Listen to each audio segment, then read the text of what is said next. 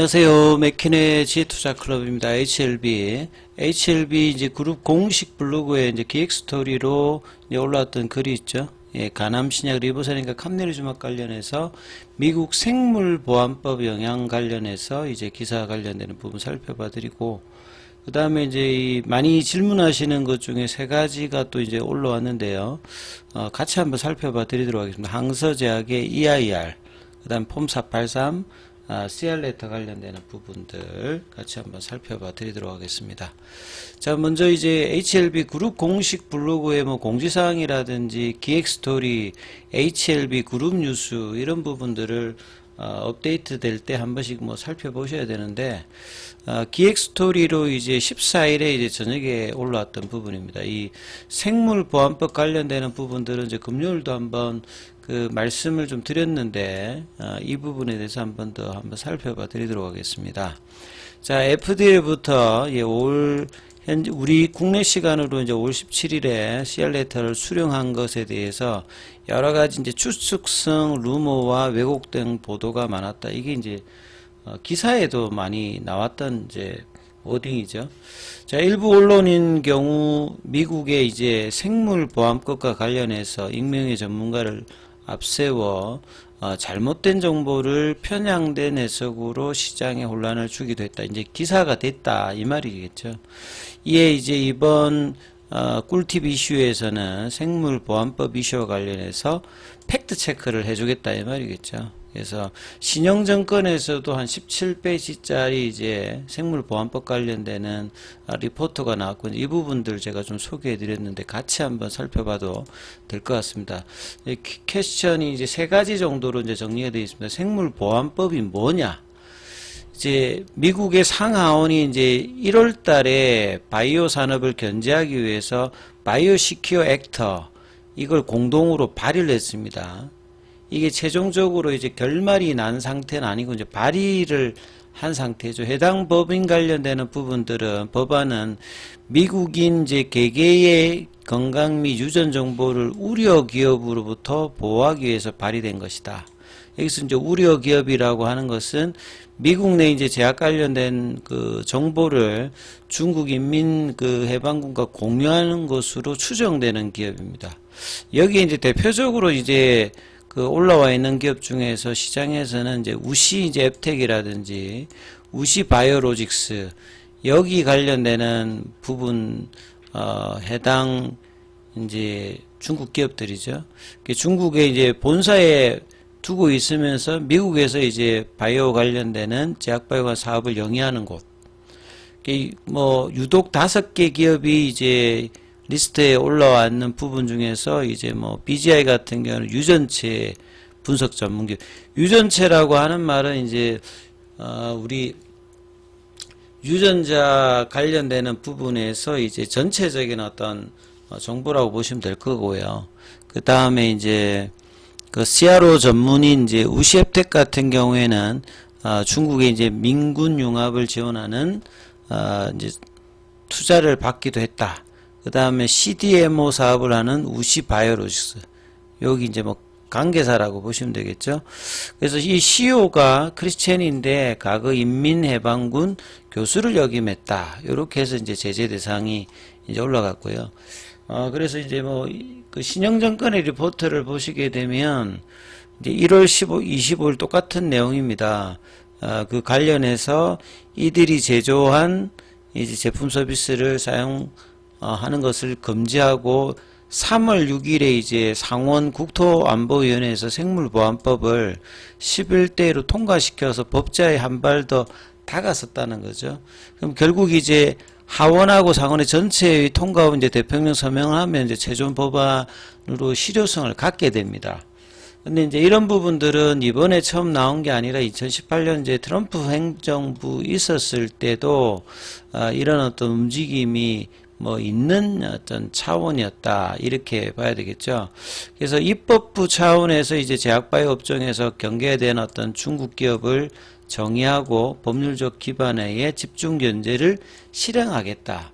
그래서 뭐 2차 전지뿐만 아니라 뭐 바이오 쪽 이런 쪽에 이제 미중 간의 갈등이 이제 그 업종으로도 연관이 돼 있는 부분이죠. 그래서 이런 생물보안법이 11월 이제 대선이 이제 빠르게 법제화될 가능성이 있기 때문에 이게 지금 단계 끝난 상황이 아니라 계속 이제 하반기까지 이 관련되는 부분이 영향을 미치고 해당 이제 중국 종목들 같은 경우에는 이러한 부분으로 영향을 받아서 특히나 이제 우시바이오로직스라든지 우시앱텍 같은 경우는 주가가 등락을 이 부분에서 많이 합니다. 예. 그래서 이제 이런 부분들을 볼 때 이제 주식은 사실 이제 투심이잖아요. 직접적인 어떤 팩트에 연관이 없어도 중국 이제 바이오 기업들이 떨어지게 되면 항서제약도 이 부분이 영향을 받아서 같이 또 빠졌던 부분들이 있었거든요.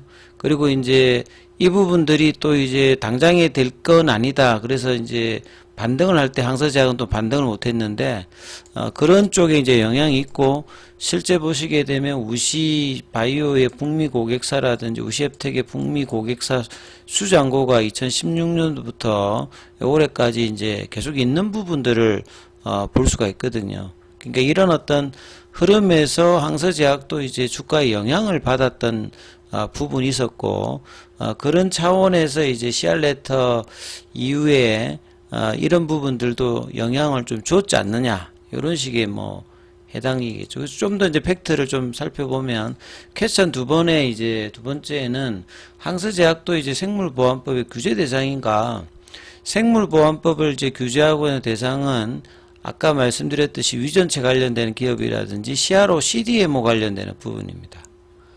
그러니까 이제 이거하고 이제 신약을 중심으로 하는 항서제약하고는 팩트상으로는 아무 관련이 없습니다만 이 같은 그 전체 업종에 있는 종목들이 빠질 때 이제 투심의 영향을 받아서 수급적으로 이제 빠지는 부분들이 있는 거죠. 그래서 미국이 우려하는 것은 자국 국민의 유전 정보, 바이오 기술, 특히는 이제 CRO, CDMO 관련된 이게 이제 대신 생산해 주기 때문에 관련되는 맡기는 이제 회사들의 이제 정보 관련되는 부분들이 이렇게 중국 공산당에 넘어갈 수 있는 그걸 우려해서 만들려고 하는 법이 이제 생물보안법이죠. 그래서 신약의과는 이 같은 우려하고는 실질적으로 관련이 없는 분야입니다. 예. 이제 그걸 이제 이야기하는 거고요. 그래서 미중 간의 어떤 관계가 세 번째 질문은 FDA 간암 신약 허가에 영향을 미칠 수 있는가? 이게 이제 21년도에 이제 뭐 신틀리맘이라든지 중국 쪽 대거 이제 면역관문 억제제들이 허가가 반려가 되었다는 사실 때도 이제 이 부분이 나왔고 이게 이제 작년 10월 달에는 이제 준시라든지 뭐 올해까지 뭐 베이징 같은 경우가 FDA 허가를 받으면서 이 부분에 대한 부분들은 이제 우려감이 이제 줄어 있는 상태죠. FDA는 이제 이런 정치적인 부분 이해를 가지고 하는 게 아니기 때문에 이 부분은 이제 한용의 CTO도 이야기를 했고 HLB 입장에서 FDA에서 이런 부분들에 대한 어떤 부분들에 대해서는 중립적인 어떤 부분을 계속 이야기하는 거고요. 그리고 학계와 산업계는 공개된 데이터를 통해서 FDA 의사결정에 문제가 없는지 검증을 한다.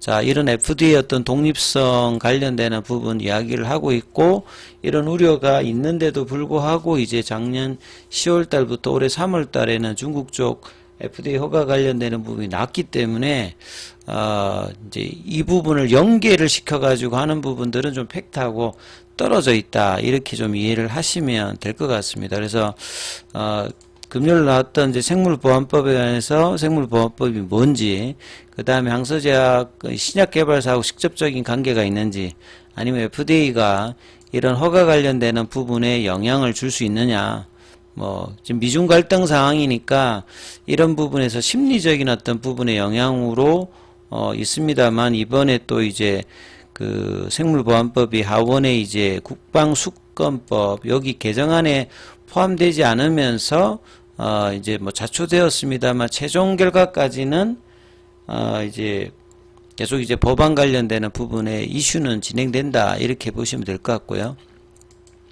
그 다음에 이제 오늘 카톡방에서 이제 질문하셨던 분, 그래서 5월 17일 이후에 이제 이 관련되는 부분의 프로세스라든지 많이 알려드렸는데 그래도 또 이제 궁금하셔서 또 질문하셔서 이 부분에 대해서 다시 좀 한번 정리를 한번 해드려 보도록 하겠습니다. 항서제약은 왜 EIR을 받지 못했을까요? 받았는데 공개를 안 하는 걸까요? 이제 이 첫 번째 질문은 이제 EIR 관련되는 부분은 이제 프로세스를 그냥 다시 한번 정리를 하면 실사를 이제 하는 기관은 FDA ORA라고 말씀을 드렸죠. 전체적인 이제 주관하는 거는 이제 CDER인데 CR레터라든지 이런 부분들을 내는 데는 이겁니다만 실사를 중심으로 하는 거는 ORA다. 그래서 482를 가지고 이것도 이제 고지를 할 수도 있고 그냥 불시에 방문할 수도 있습니다. 그러니까 불시에 방문할 때는 폼 482를 가지고 그 다음에 FDA 이제 신분증을 제시하면 FDA 이제 신약 승인을 해야 되는 부분들은 반드시 이렇게 제시했을 때는 실사를 받아들여야 되는 상황이거든요.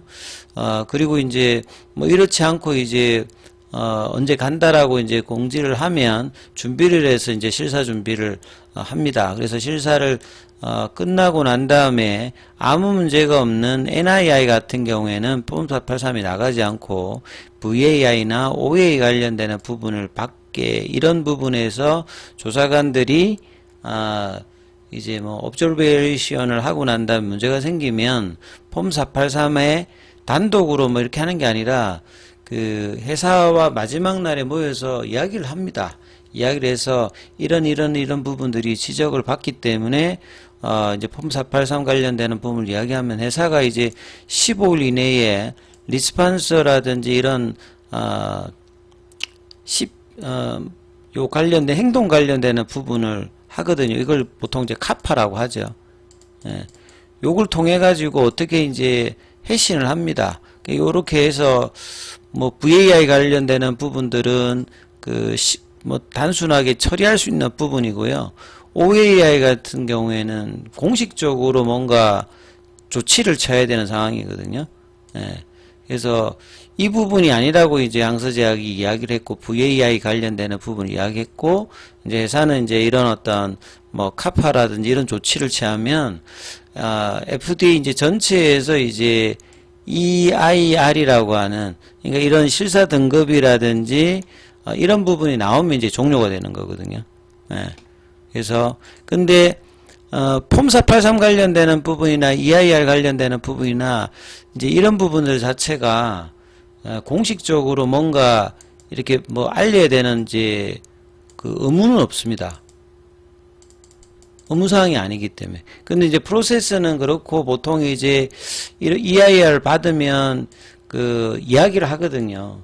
그리고 이제 폼 483 관련되는 부분이 1월 달에 이제 실사 이후에 나왔기 때문에 이 뭐 VAI 관련되는 부분 항서제약도 이제 그 이야기를 하고 이제 대응을 했다는 것이고 최종적인 부분은 EIR을 받아야 되는데 이걸 보내야 이제 아는 거죠. 그래서 보통은 뭐 30일이 되면 이제 1월달, 2월달에 와야 되는데 이제 이게 지금 아직 안 와 있고 그걸 봐야지만 VAI 관련되는 부분으로 이제 VAI 받아도 이제 적격이면 되는 거거든요. 그래서 이 사항 자체가 이제 5월 그 16일 전에 현지 시간으로 안 왔기 때문에 FDA는 CR레터가 이제 갔다라고 보시면 되겠죠.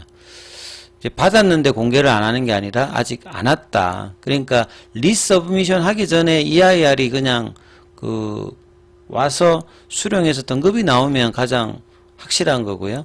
그 다음에 두 번째 폼 483 관련된 내용은 알 수가 없는가? 간단한 내용이라면 공개해도 될 텐데 이렇게 질문하셨는데 폼 483 관련되는 부분들은 이 조사관이 observation 뭐 공개된 이제 폼 483 보면 보통 한 5개에서 10개 정도 안쪽으로 이제 이런 내용들을 막 지적을 하거든요. 그러면 이제 어떤 이제 지적 내용이 있었기 때문에 이걸 정리해서 폼 483이 나가는 거기 때문에 항서제약 입장에서는 이제 폼 483을 뭐 어떤 내용을 받았는지는 압니다. 알아야 이제 그 리스판서를 보내는 거기 때문에요. 그리고 이제 결과적으로 이제 이 부분들을 알 수 있냐면 FDA 규정상으로 보면 정보공개법이 이제 바뀌어서 요구를 하면 그러니까 어떤 사람들이 요구하냐면 이해관계자들이 요구를 합니다. 뭐 투자자라든지 그 다음에 펀드 운영사라든지 이런 쪽에서 FDA에다가 공개 요구를 한다든지 아니면 중요사항이라고 FDA가 생각하게 되면 모든 이제 실사를 1년에 한 4만 개 정도로 하기 때문에 그 중에서 한 10% 정도 뭐 해당되는 수준의 그 폼 483이 뜨는데 그걸 다 공개를 하진 않거든요. 이제 그는 필요에 의해서 공개를 하게 되고 사설 이제 컨설팅 업체에다가 이제 이걸 이제 돈을 주고 요구하면 알 수는 있는데 이게 당장에 알 수 있는 게 아니라 시간이 좀 많이 걸린다.